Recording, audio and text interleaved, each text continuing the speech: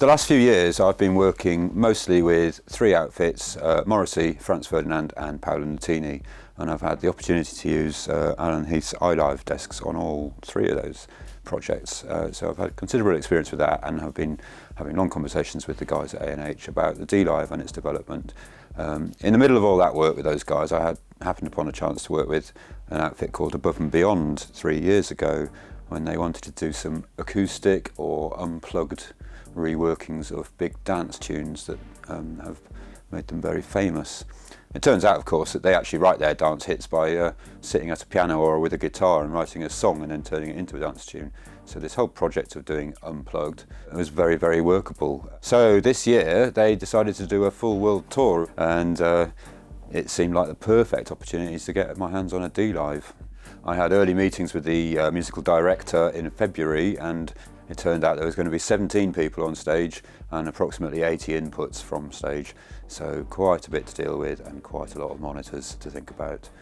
So the system I used was a DM64 engine with an S5000 surface and a DX32 expander rack with 2 more input and 2 more output cards. And then I had most of the time 4 ME1s tagged onto this system. The particular nature of Above and Beyond's acoustic sound is perhaps summed up in one word: widescreen, which is something that came from the MD. And of course it turns out that the dLive is very well suited to that kind of sound. It does give you a broad, wide open, expansive sound. It sounds like the summing's really doing its job, with a lot of faders thrown up there, 80 odd inputs, and it really did sound big. Having used an dLive a fair bit in the last few years, starting off in the dLive environment was very simple for me because it is a familiar place to start from if you've got some dLive experience. However, it wouldn't take you very long to find your way around it, as a number of people who looked at the desk with me over the last 10 weeks have discovered very quickly, and they all comment on how intuitive and straightforward it appears to be. The thing that I love most about the fader layout is that it gives you an opportunity to create your own working environment and put things in front of you as you need them. And I think it's an incredibly powerful feature of the Allen Heath way of doing things. I very much enjoyed using the touchscreen aspect of things. I really took to the different compressor flavors that were built into the channels. I used a number of lovely sounding reverbs from the EMT plate and the 480 engine programs as starting points. I was using the side panels for the compressor and gate. I was using the listen at different points in the channel strip to get those things dialed in nicely. All features that are very, very cool. We have 2 drummers, not 1, playing 3 drum kits, of course, not just 2, 1 electronic kit, 2 acoustic kits, 4 different vocalists, each of whom takes different turns at being lead vocal or BV.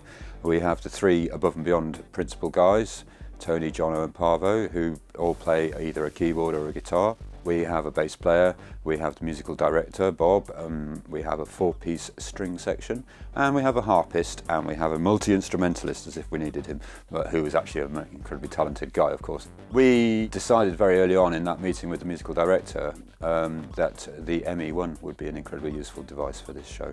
So I ended up with 4 different ME1s, as well as a whole load of stuff derived from the dLive. I had ME1s for Bob the MD, which I returned to an RF transmitter for his in-ears. We had Bid, who is one of the drummers, who is also assistant MD.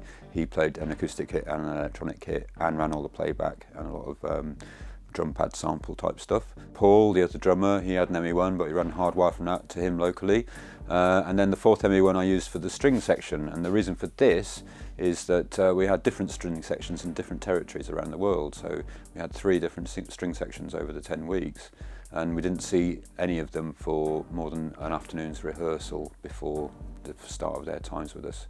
By using the ME1s in the way I've just described, I could conceptually split the stage into an upstage half and a downstage half, and then looking at that in terms of scene automation, all the automation that was going on was on the downstage half of the stage, and the ME1s were essentially taking care of cue requests for the musicians, and they were dealing with it individually at their own position, which of course made my whole show structure a little bit more navigable. I can't say simpler, because it was still quite involved, but it certainly took one dimension of complexity away from it. The three guys in Above and Beyond are all music producers and have got exceptional producers' ears and incredible attention to detail within their sound environment. And they were all full of admiration for the way the system dealt with quite a complex and evolving scenario.